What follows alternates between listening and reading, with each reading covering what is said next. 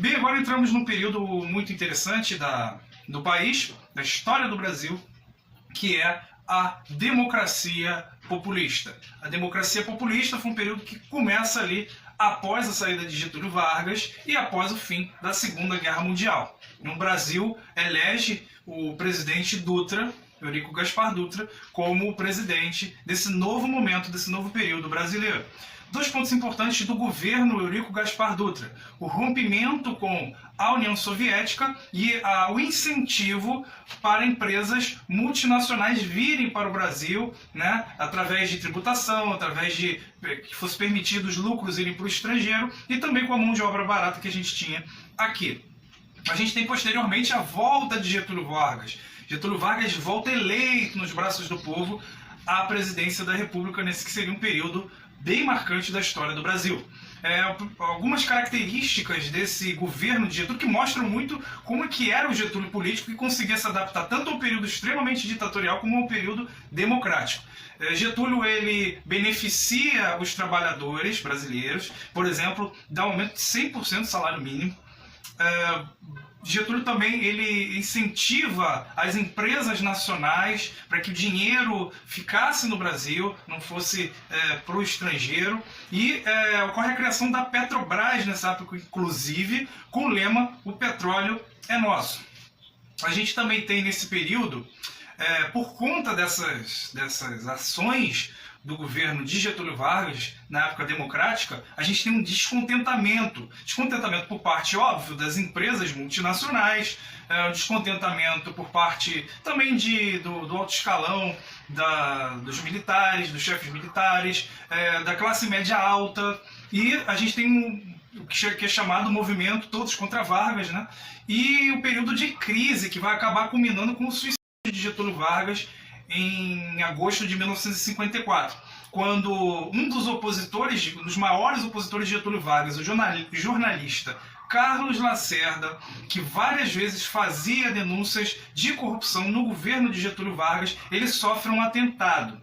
E, claro que esse atentado é todo colocado como culpado, como aquele que planejou esse atentado, o Getúlio Vargas. Então, os militares tentam fazer com que Getúlio saia do poder, mas ele fala: não vou sair, eu só saio desse palácio morto. E foi o que ele cumpriu. Deixa uma carta-testamento que gera uma grande comoção social naquele período. Posteriormente, um outro governo importante dessa época, muito importante, é o governo de JK, governo de Juscelino Kubitschek. Como pontos que a gente deve lembrar para a prova, a gente tem o plano de metas, o chamado plano de metas, e a ideia de fazer 50 anos, o Brasil avançar 50 anos em 5. Você vai ter algum sacrifício, algo vai ser sacrificado se você pegar um país e transformar, né? É claro que isso é um termo só, ele não conseguiu crescer 50 anos em 5, mas ele avançou em muitos pontos, mas obviamente isso sacrificando várias estruturas importantes do Brasil. Mas, por outro lado, a gente tem um grande crescimento nesse período, a gente tem a construção, que é outro ponto importante para saber, é a construção de hidrelétricas, a construção de muitas rodovias, a abertura do país a empresas multinacionais de veículos, né? A gente tem a presença da General Motors, da Ford, da Volkswagen, né? Abertura de empresas dentro do país. E um período que também ficou conhecido aí como os chamados anos dourados, em que o Brasil, né, consegue viver uma época assim que parece uma época de até orgulho brasileiro. Você tem aí a conquista do título mundial de futebol, da Copa do Mundo de futebol. Você tem um período que você tem uma efervescência cultural, a presença da MPB, a presença internacional, o conhecimento internacional da Bossa Nova e enfim, é um período aí em que o Brasil passa a ter um certo orgulho de si, da sua cultura, do seu país, e um período muito importante lembrar, um período de grande urbanização, em que o Brasil finalmente passa a ser um país mais urbano do que rural. Passam a ter mais pessoas morando nas cidades do que no campo. A partir de 1961, o Brasil vai passar por uma grande crise que vai culminar com uma mudança, né, o fim da democracia naquele período e uma mudança nos rumos do país, políticos do país, que seria a ditadura militar. E em 1961, Jânio Quadros assume como presidente.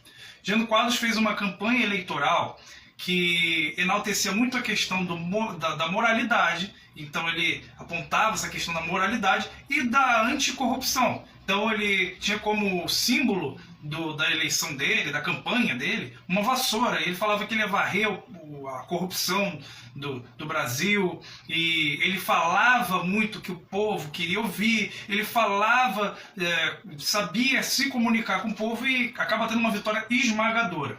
Porém, na prática do governo dele, começam a haver algumas decepções.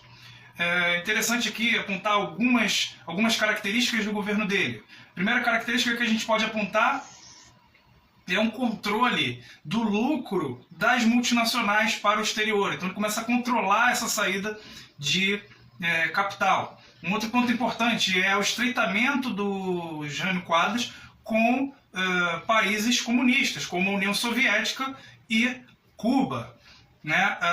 E por fim, Jânio Quadros acaba renunciando uma renúncia bem estranha, né? E no mesmo ano, em 1961, e o vice dele, que era João Goulart, estava na China nessa época, visita na China. Aqueles que acreditavam nessa ideia de que o Brasil, que existia um grupo que queria que o Brasil se tornasse um país comunista, afirmam que o João Goulart ele era a favor dessa ideia e queria transformar o Brasil num país comunista, que ele estava num país comunista, inclusive, visitando esse país. Bem, e eles falam o seguinte: olha, se o João Goulart descer, o Brasil vai ser preso. Né? E ele que era o vice-presidente que deveria assumir o governo. E aí a gente tem um outro ponto importante dessa época, que é a chamada campanha pela legalidade, liderada pelo Leonel Brizola. Né? E o que era essa campanha pela legalidade? Ora, o vice-presidente da República é o João Goulart, então o João Goulart precisa assumir o governo. Esse grupo que estava contrário ao João Goulart assumir o poder, ele recua, mas fala o seguinte: ó, a gente vai realmente recuar. Ele vai ser presidente, contanto, sob a condição de que a gente seja um país parlamentarista. E é exatamente isso que acontece. Posteriormente, ocorre um plebiscito e a população brasileira em massa afirma que deseja o presidencialismo. Então, o João Goulart assume como presidente de um sistema presidencialista, de um país cujo sistema é o presidencialismo.